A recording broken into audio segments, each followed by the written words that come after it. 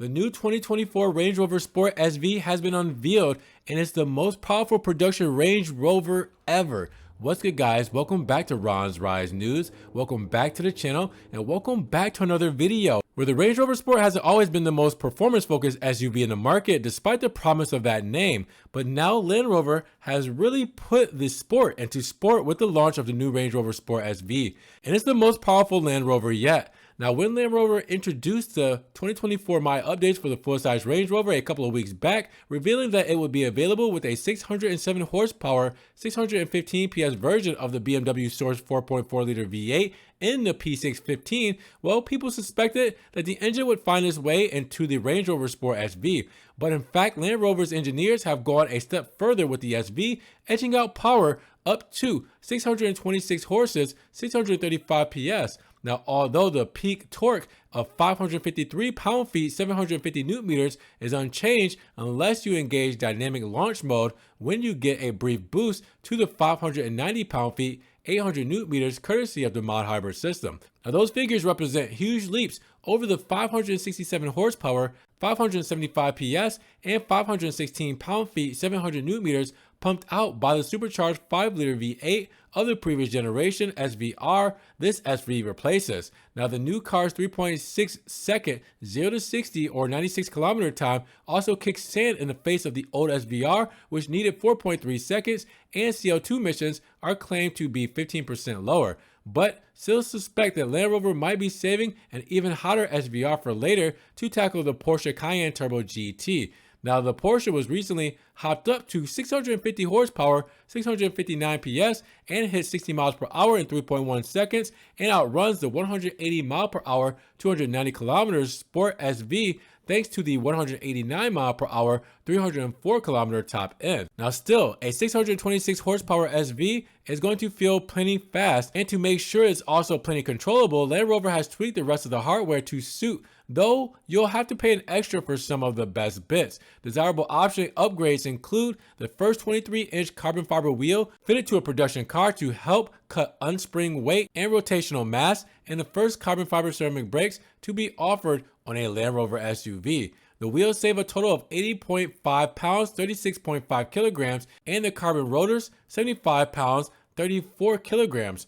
Factor in the standard carbon hood, the total saved weight is 168 pounds, 76 kilograms, though the 5,479 pounds or 2,485 kilograms overall curb weight is still fairly huge, not to mention almost 600 pounds, 272 kilograms, up on the Cayenne Turbo GT. Now, to disguise all that heft, Land Rover has added its quicking ever steering rack and says its 6D dynamic suspension combination of interlinked hydraulic dampers and height adjustable air springs that remove the need for anti-roll bars makes the SUV's chassis the most sophisticated in its class. Its engineers have also fitted staggered tire sizes for the first time, 285s on the front, 305s in the back, which Land Rover claims contributes to 1.1 G of lateral grip on all season tires. Now, that's a massive 22% improvement on what the old SVR could do on summer tires, and it makes it match for some of the proper sports cars. Now, to make the most of those improvers, drivers will be making a beeline for the SV mode button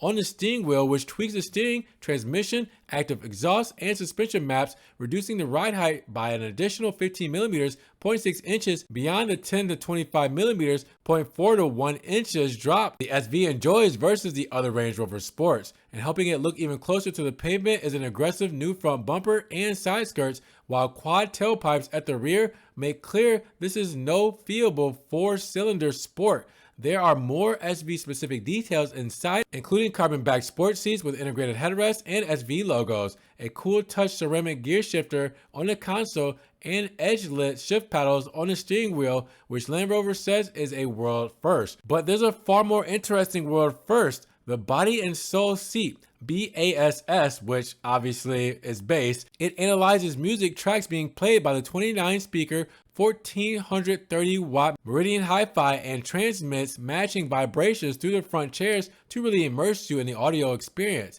Now, that's not all it can do. If you need a zen-like escape from a hideous rush hour traffic snarl up or wake up to keep you powering through your drive, you can choose from 6 tracks specifically developed to either reduce anxiety or boost alertness. Now, if you're sold on the idea of putting a Range Rover Sport SV in your garage, hate to break it to you, but the first year production is all sold out. The only version of the SV available for the 2024 model year is a fully loaded 171,460 pound SV Edition 1, which gets a special branding on the front splitter, center console, tread plates, and puddle lamps, and the entire run has been pre-allocated to Range Rover buyers.